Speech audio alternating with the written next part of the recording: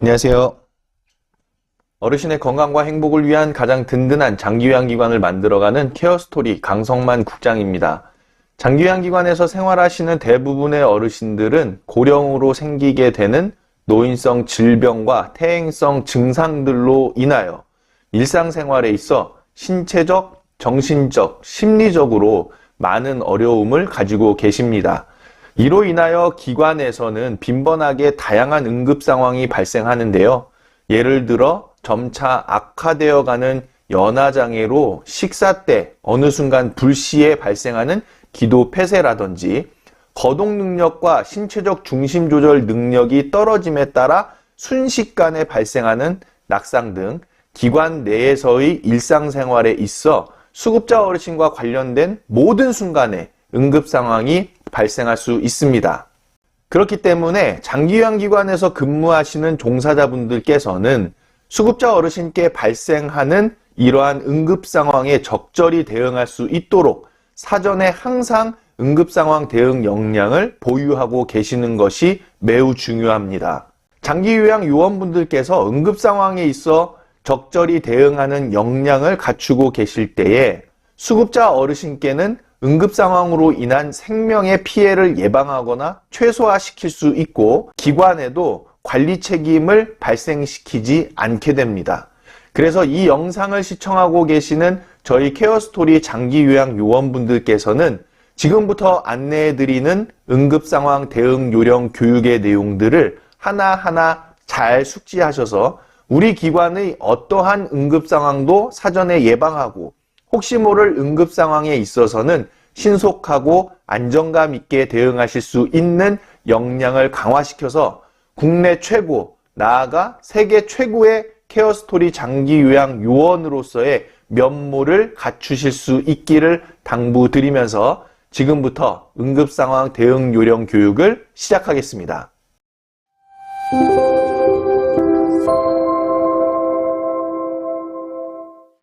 자, 우리가 응급상황 대응 역량을 키우기 위해서는 먼저 우리 기관에서 어떠한 응급상황들이 발생하는지 그 응급상황의 유형부터 알아둘 필요가 있겠죠.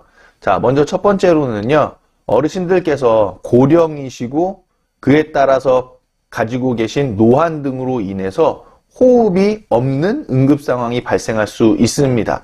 자, 이러한 응급 상황은요, 우리가 사전에 어르신의 건강 상태를 파악해서 미리 병원에 입원을 하실 수 있도록 의료기관에 연계해 드리는 것이 중요하죠. 그래서 예방할 수 있는 응급 상황이기도 합니다. 자, 두 번째로는 뇌출혈, 기립성 저혈압, 저혈당 등 쇼크로 인하여 의식이 없는 상태가 어르신께 올 수도 있어요. 또한 낙상으로 인한 골절과 외상이 발생할 수도 있는데요. 낙상사고, 장기요양기관에서 가장 많이 발생하는 응급상황 중에 하나죠. 이 역시도 사전에 예방이 매우 중요합니다. 그리고 음식물로 인한 기도폐쇄가 발생하기도 하는데요. 어르신은 고령으로 인해서 점차적으로 연하장애가 심해지기 때문에 기관에서는 항상 연하 능력을 관리하고 씹는 능력을 고려한 음식 제공과 여유로운 식사 도움 서비스가 무척 중요합니다. 더불어서 요양보호사 선생님들의 퇴근 시간으로 인해서 퇴근 시간 전에 어르신께 제공해드리는 저녁 식사 도움이 자칫 너무 급하게 이루어져서 이러한 음식물로 인한 기도폐쇄 사고가 발생할 우려가 상당히 높다는 거죠. 그래서 요양보호사 선생님들의 퇴근 시간과 그리고 저녁 식사 도움에 대한 서비스가 적절히 관리될 수 있도록 방안을 마련하는 것이 매우 중요합니다. 그리고 기관 내에서 다양한 질식사고도 발생할 수 있죠. 예를 들어 어르신께서 스스로 체위 변경을 하시다가 호흡할 수 없는 그런 자세로 인해서 질식사고가 발생한다든지 또 음식물로 인한 질식사고가 발생한다든지 그리고 경련, 화상, 호흡곤란, 뇌졸중 그리고 요즘에는 코로나19 등 감염병 증상에 대한 응급 상황이 무엇보다도 심각한 시기입니다. 이러한 응급 상황에 적절하고 안정감 있게 대응하기 위해서는 역량을 강화하는 것이 무엇보다 중요합니다. 먼저는요, 분기별로 실시하는 응급상황 대응 교육을 철저하게 실시해야만 합니다. 사람이 하는 일이기 때문에요, 모든 일들은 교육을 통해서 역량을 강화시켜 나갈 수 있기 때문에 응급상황 대응 교육은 분기별로 철저하게 진행을 해주시기를 꼭 부탁을 드리고요. 실제 응급상황을 가정해서 모의 훈련을 실시하는 것도 많은 도움이 되겠죠. 자, 이러한 모의 훈련에서 심폐소생술도 연습하고 하임리히법도 체득하는 것이 중요합니다. 또한 임직원의 단합된 모습이 응급상황에 있어서 효율적이고 효과적으로 대응할 수 있는 역량이 되겠죠. 이러한 응급상황에서 종사자분들 간의 유기적인 협력과 조직적인 협조가 가장 중요한 역량이 될 수 있습니다. 그리고 교육과 훈련, 임직원들의 단합된 모습을 끌어가기 위해서는 관리자의 관리 역량도 상당히 중요하겠죠. 응급상황은 방금 보신 것처럼 예방할 수 있는 응급상황이 있고 예방할 수 없는 불가결한 응급상황이 발생할 수 있는데요. 예방할 수 있는 응급상황이라면 당연히 예방을 위해서 적극적으로 노력하는 것이 필요합니다. 낙상을 예방할 수 있는 환경을 조성하고 질식을 예방할 수 있도록 여유로운 식사 도움과 근무 스케줄에 대한 조정, 이런 것들이 적극적인 노력이 될 수 있겠죠. 또한 더불어서 무엇보다도 어르신의 안전을 배려하는 장기 요양 서비스가 현장에서 이루어져야만 합니다. 예를 들어서 어르신께 이동도움 서비스를 제공할 때에도 어르신께서 안전하게 이동하시는 것을 끝까지 손수 도와드리고 어르신의 이동이 완전히 끝난 상태에서 서비스를 끝내야 되는 것이죠. 그런데 이동도움을 제공하는 과정에서 서비스를 끝까지 마무리 짓지 않고 중간에 이동도움 제공을 중단했다면 그 후에 어르신께서 혼자 이동하시다가 갑작스럽게 낙상하는 사고도 발생할 수 있습니다. 자, 이러한 상황들은 모두가 우리가 어르신께 장기요양 서비스를 제공할 때 있어서 끝까지 어르신의 안전을 배려하는 도움으로 제공해 드릴 필요가 있다라는 것이죠.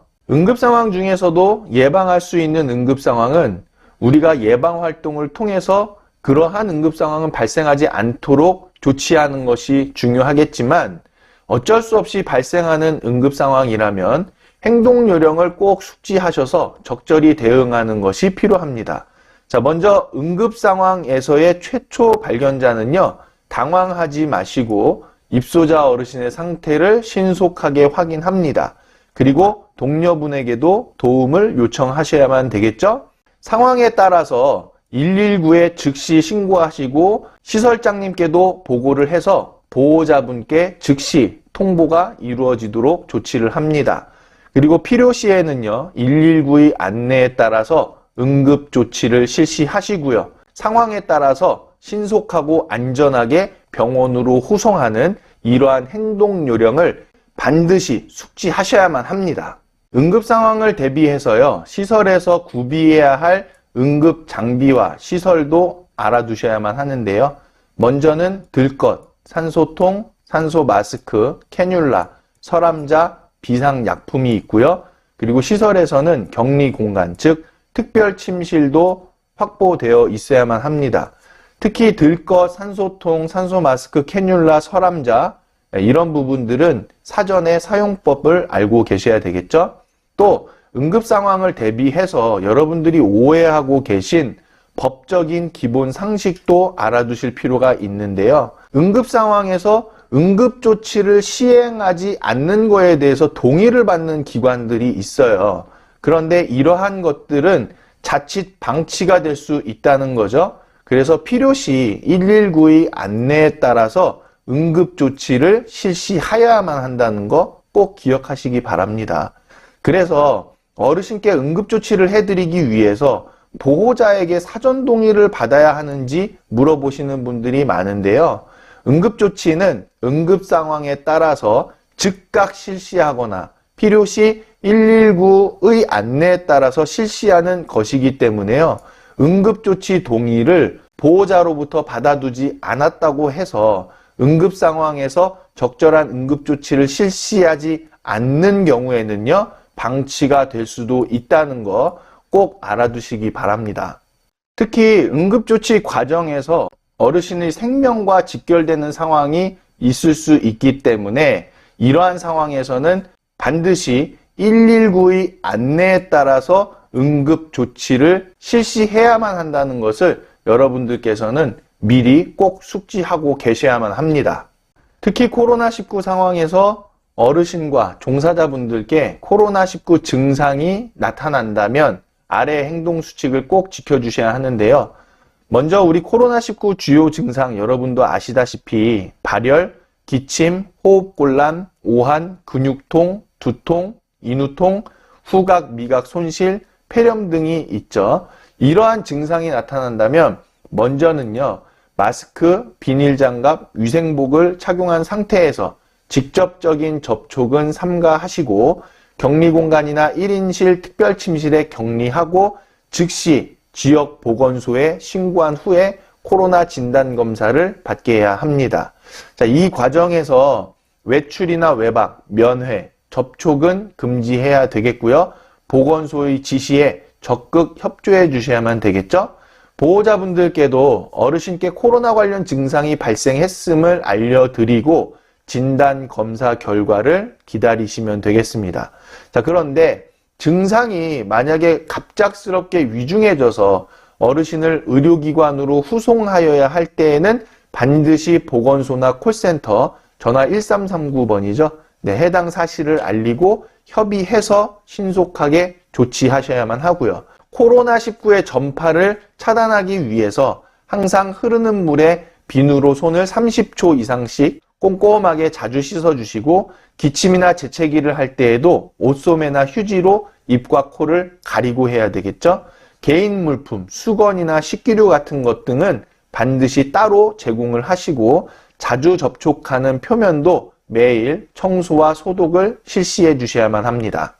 응급 상황에 있어서 특히 중요한 역량은 119에 신속하게 신고하고 119의 안내에 따라 응급조치를 하는 것이 매우 중요한데요.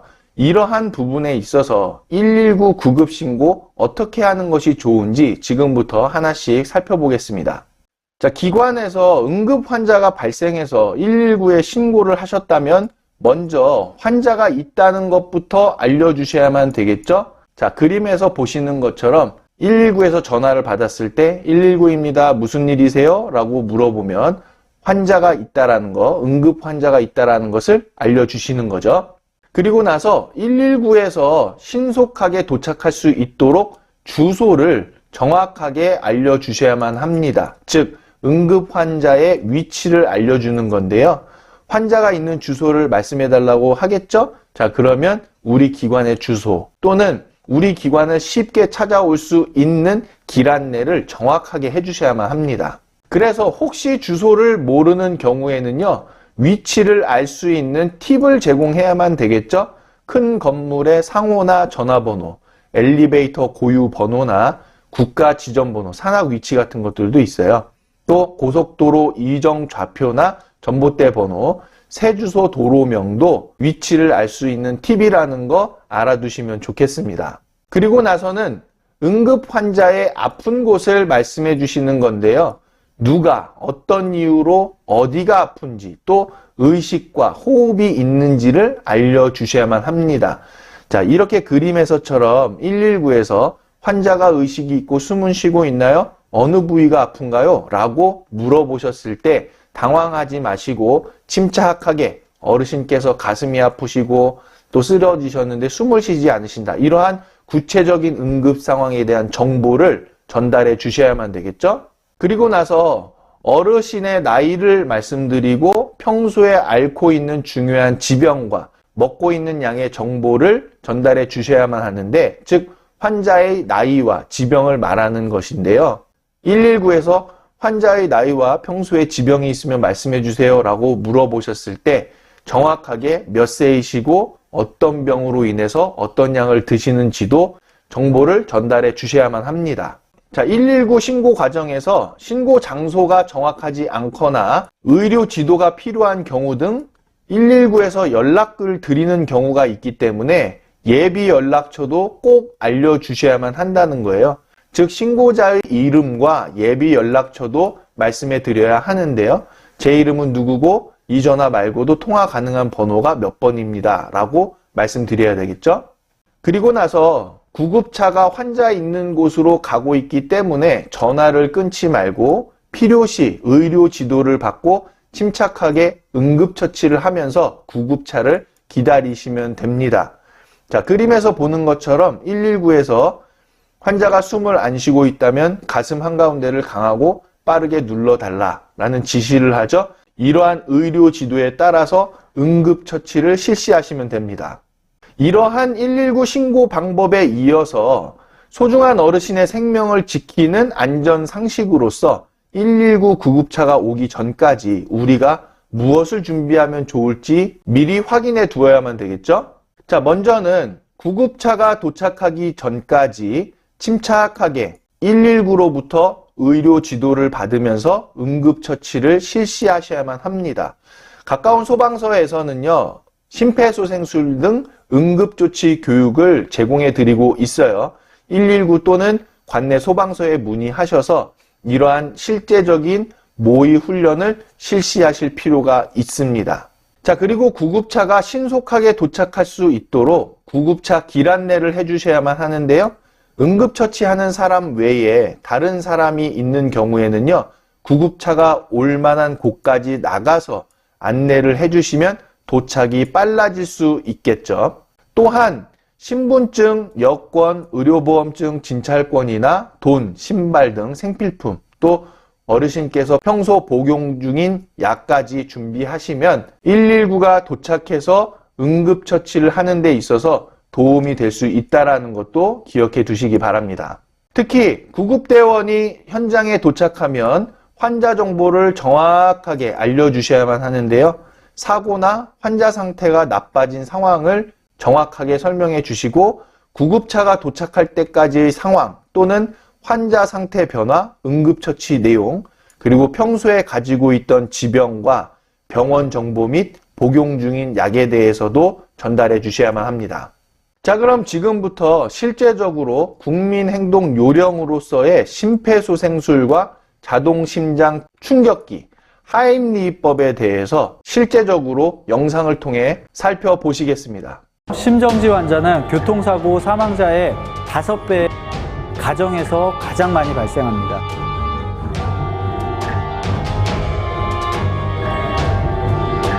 구급대원이 현장에 도착하기까지는 평균적으로 6분이 소요됩니다. 그 사이에 4분이 지나면 심정지 환자의 뇌가 사망하기 때문에 심폐소생술을 배운다는 건 내 가족을 살리는 길입니다.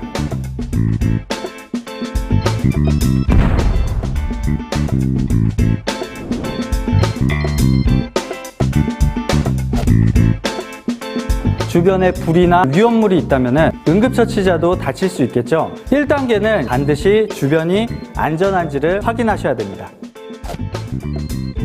환자의 의식을 확인할 때는 뺨을 때리거나 몸을 흔드는 등의 행동을 절대로 해서는 안 됩니다. 환자가 쓰러질 때 목뼈나 허리에 상처가 있다면 흔드는 순간 더 큰 손상을 만들 수 있기 때문입니다. 그럼 어디를 확인해야 될까요? 우리 몸 중에 가장 단단한 뼈 중 하나인 이 어깨뼈를 위에서 아래로 두들겨 주시는 것이 좋겠습니다. 만약 앞에서 두들기게 되면 장기 손상이 있는 환자의 경우에는 부상 부위를 더 크게 만들 수 있습니다. 심폐소생술은 의식과 호흡이 없는 환자에게 하는 응급처치이기 때문에 당황해서 확인도 안 하고 심폐소생술부터 하게 됐다가는 더 다치게 할 수 있으니 명심하셔야 됩니다. 반응이 없다면 심정지를 의심하고 119에 신속히 신고를 해야 되는데요. 혼자 계시다면 스피커폰이나 영상통화로 신고를 해주시고, 만약 주변에 사람이 있다면 거기 빨간 옷 입으신 남자분 119에 심정지 환자가 있다고 신고해주세요. 한 사람을 정확하게 지목하시는 것이 중요합니다. 호흡하기는 환자의 얼굴과 가슴을 보면서 10초 이내로 살펴주셔야 합니다. 호흡이 없거나 비정상적이라면 심정지로 판단하셔도 됩니다. 여기서 비정상적인 호흡이라는 것은 어깨가 들썩이고 목이 당겨지면서 이러한 호흡은 반사호흡이라고 해서 사망 직전의 호흡이기 때문에 주저없이 심폐소생술을 해주시는 것이 중요합니다.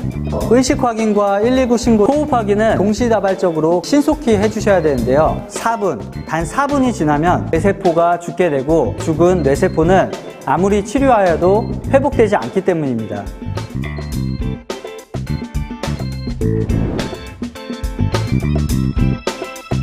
환자의 상의가 가슴 압박을 할 때 방해된다면 상의를 벗겨주시거나 가슴 압박 위치라도 노출시킨 다음 실시하시면 됩니다. 가슴 압박은 3단계로 나눠서 설명해 드리겠습니다. 가슴 압박 위치는 젖꼭지 정중앙 가운데 부분을 압박하는 걸로 알고 계신 분들이 많이 있는데요. 2010년도부터는 가슴뼈의 아래 부분 절반 위치로 변경이 되었습니다.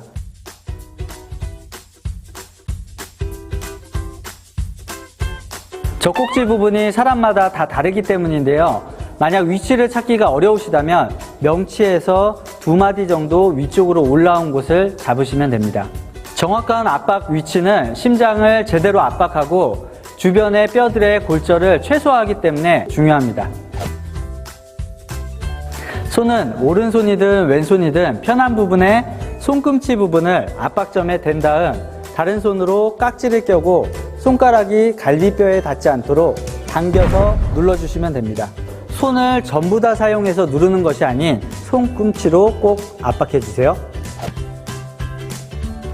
누르는 방법은 환자의 가슴 압박점을 중심으로 어깨 넓이로 다리를 벌리고 누르는 팔과 환자의 몸이 수직이 되도록 만들어 주신 다음 분당 100에서 120회 속도로 30회를 5cm 정도가 압박이 되게 눌러주시면 됩니다. 확실히 와닿지가 않을 텐데요. 자, 저를 따라서 숫자를 세보겠습니다. 하나, 둘, 셋, 넷, 다섯, 여섯, 이 정도 속도입니다.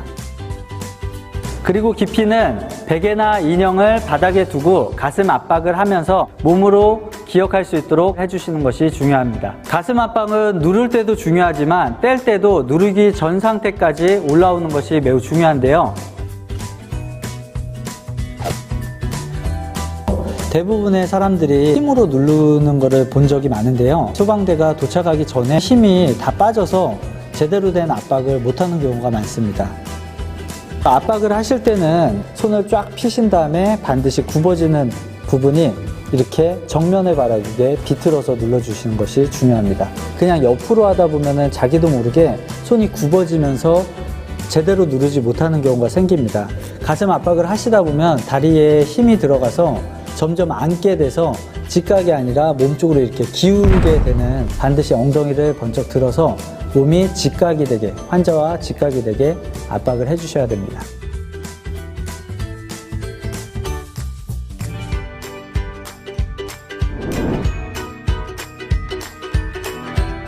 숨이 들어가는 길이 막혀 있으면 인공호흡이 제대로 될 수 없겠죠. 인공호흡의 첫 번째는 기도 유지입니다. 기도 유지는 한 손으로는 환자의 이마를 덮고 두 손가락으로 턱뼈의 끝부분을 받쳐서 함께 들어 올려 주시는 겁니다. 턱뼈의 끝부분이 아닌 그 아래에 있는 말랑말랑한 살 부분을 누르면서 올리시게 되면 혀가 뒤쪽으로 말려 들어가고 기도가 막히기 때문에 반드시 턱뼈를 잡고 올려주시는 것이 중요합니다. 기도 유지를 한 후에는 이마를 덮었던 한 손으로 코를 막아서 1초가량 불어주시면 됩니다. 이때 바람을 불면서 눈끝으로는 가슴 부분을 쳐다봐서 가슴이 올라오는 것을 확인하고 입과 코를 막았던 손을 1초 정도 떼고 다시 숨을 불어 넣어주시면 됩니다. 실습을 하다 보면 코를 계속 잡고 계신 분들이 있습니다. 이런 경우에는 바람이 가슴 속에 들어갔다가 제대로 나오지 못해서 폐가 손상되는 결과가 나타나기 때문에 반드시 입을 뗐을 때는 손도 놔서 들어갔던 바람이 충분히 나올 수 있도록 해주셔야 됩니다. 보통 드라마나 연출된 장면을 보면 입을 맞대는 정도로만 인공호흡을 하는데 이렇게 하게 되면 입 옆부분으로 바람이 새어나가기 때문에 이렇게 벌리고 환자의 입을 완전히 덮은 상태로 인공호흡을 하는 게 중요합니다. 만약 인공호흡이 되지 않는다면 기도를 다시 한 번만 확보해보고 그래도 안 된다면 인공호흡이 제대로 이루어지지 않았더라도 10초 안에 가슴 압박으로 넘어가셔야 됩니다.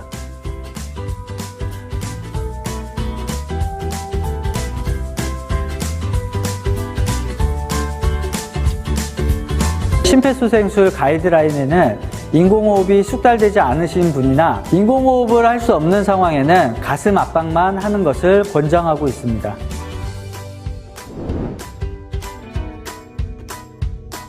심폐소생술을 하다가 만약 환자가 신음소리를 내거나 호흡을 되찾았다면 환자를 회복 자세로 돌려주시는 것이 중요한데요. 회복 자세는 환자의 한쪽 팔은 얼굴 옆으로 올려주시고 다른 쪽 팔은 가슴 위에 올려주신 다음 올린 팔과 같은 방향의 다리를 꼬아서 환자를 옆으로 눕혀주시는 겁니다.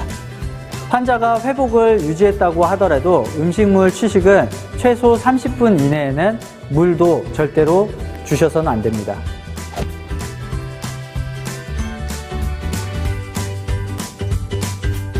혹시 나한테 이런 일이 있겠어 하시는 분들이 굉장히 많을 텐데요. 내 생에 단 한 번 일어난 응급 상황에서의 환자가 여러분들의 사랑하는 사람이라고 생각해 보세요. 그 떨리는 순간 치료 경험이 없는 일반인이 과연 심폐소생술을 제대로 할 수 있을까요? 잊지 않으려면 적어도 두세 달에 한 번씩은 교육 영상을 꼭 챙겨보시고 연습해보는 시간을 가지시기 바랍니다. 심정지 환자를 구할 수 있는 유일한 방법, 그것은 바로 당신입니다. 심폐소생술은 가까운 소방서나 대한적십자사에서 실시하고 있으니까요. 전화 문의 후 방문하셔서 실습을 해보시는 것도 좋겠습니다. 계속 눌러주세요. 압박하는 거 멈추시면 안 돼요. 다른 한 분은 의외로 많은 분들이 자동심장 충격기를 사용하면 심폐소생술을 안 해도 된다고 생각하시는데요. 자동심장 충격기는 심폐소생술과 함께하는 응급처치입니다. 다음에는 자동심장 충격기에 대해서 알아보도록 하겠습니다. 서울소방본부는 시민의 안전을 위해 24시간 대기 중입니다.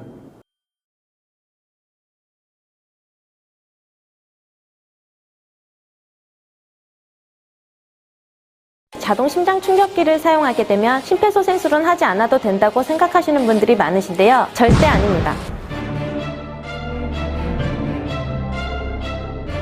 심정지 환자에게 심폐소생술을 시행하기 전에 의식 확인, 119 신고 요청, 호흡 확인을 먼저 하게 되는데요. 한 사람을 지목해서 119 신고를 요청하시고 다른 사람을 지목하여 자동심장 충격기 가져다 주세요 라고 요청을 하시면 돼요. 아무도 없고 나 혼자밖에 없다. 자동심장 충격기의 위치를 잘 알고 있다면 즉시 가져와 시행해 주시면 됩니다. 단 여기서 잊지 말아야 할 것은 심폐소생술이 필요한 환자에게서는 꼭 4분 안에 가슴 압박을 실시해 주셔야 합니다. 심폐소생술을 하고 있는 상태에서 누군가가 자동심장 충격기를 가져온다면 그 사람에게 심폐소생술을 지시한 다음 자동심장 충격기에 덮개를 열어 전원을 켭니다. 장비 작동 정상. 자동심장 충격기에는 총 2개의 패드로 되어 있습니다.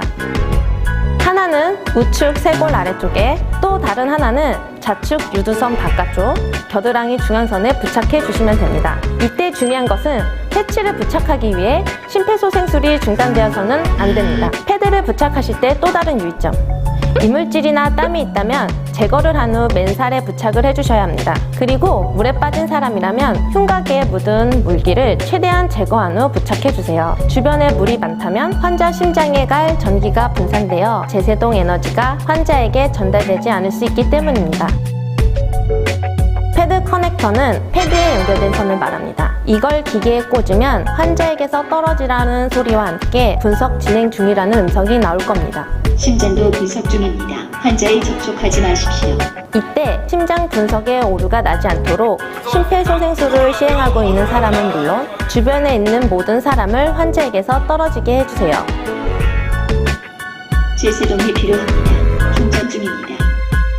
이때 자동으로 충전되는 시간에도 심폐소생술을 중단해서는 안 됩니다. 충전이 다 됐고 환자에게서 떨어지세요 라는 음성이 나오면 환자에게서 떨어진 사람이 없는 것을 내 눈으로 확인을 한 후 반짝이는 제세동 버튼을 눌러주세요. 버튼을 누른 다음 즉시 심폐소생술을 시행해 주시면 됩니다. 환자가 의식을 차리거나 119 구급대가 도착할 때까지 자동 심장 충격기의 지시에 따라 이전 과정을 반복해 주시면 됩니다.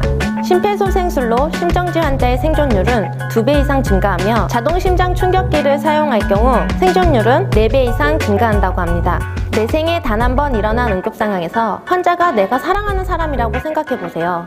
2-3달에 한 번씩 심폐소생술과 자동 심장 충격기 교육 영상을 챙겨보는 습관을 가지시길 당부 부탁드립니다. 우리 소방관들은 시민들의 안전을 위해 24시간 항시 출동 대기 중입니다.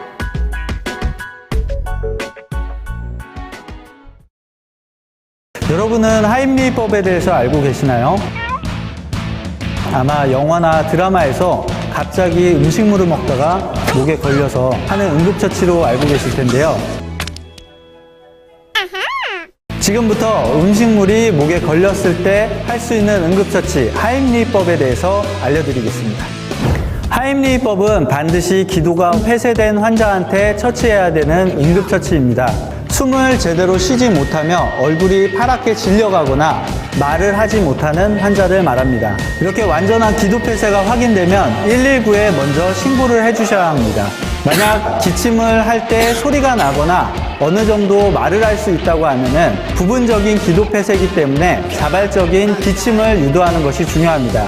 이때 하는 기침은 목에서 하는 마른 기침이 아니라 복부에서 끌어올리는 기침을 해주셔야 됩니다. 지금 한번 보여드릴게요. 이렇게 해주시면 됩니다. 기도 폐쇄가 확인되면 절대로 물이나 음식물을 주셔서는 안 됩니다. 하임리법을 하기 위해서는 먼저 환자의 뒤에 처치자가 서는 것이 중요합니다. 이때 처치자는 그냥 서는 것이 아닌 환자의 다리 사이에 내 다리 한쪽을 넣어서 앞굽이 자세가 되도록 쓰셔야 합니다. 환자의 뒤에 선 다음에는 환자의 명치 끝과 배꼽을 찾아서 그 가운데 부분을 압박하는 것이 중요합니다. 이때 압박을 하실 때는 엄지손가락을 넣은 상태에서 주먹을 쥐어 엄지손가락의 끝부분이 압박점을 잡게 해주시고 다른 손은 주먹의 뒷부분을 잡아서 환자의 배를 대각선 위로 당겨주셔야 됩니다. 단순히 당기는 느낌이 중요한 것이 아니라 팔로 옆구리를 완전히 조여서 공기가 압축되게 만든 다음 당겨주시는 것이 중요합니다. 이후 환자가 의식을 잃었을 때에는 고개를 옆으로 돌려 내용물이 나오지 않았는지 확인하는 것이 중요합니다.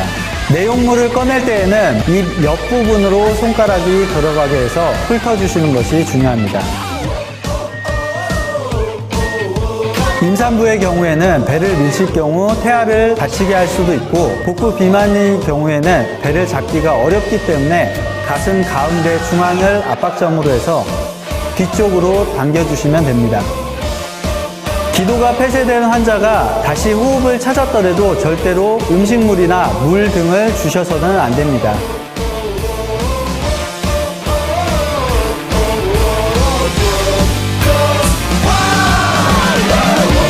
영화에서 보면 주인공들이 하임리법을 통해서 인생 역전하는 경우가 굉장히 많은데요. 여러분도 하임리법 잘 알고 계셨다가 더 좋은 기회를 만나시길 바라겠습니다.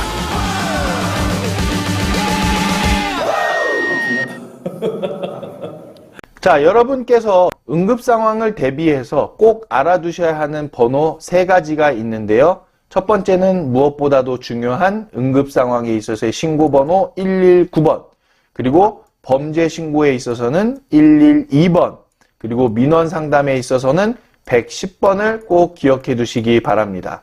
응급 상황은 119번, 범죄 신고는 112번, 민원 상담은 110번이다.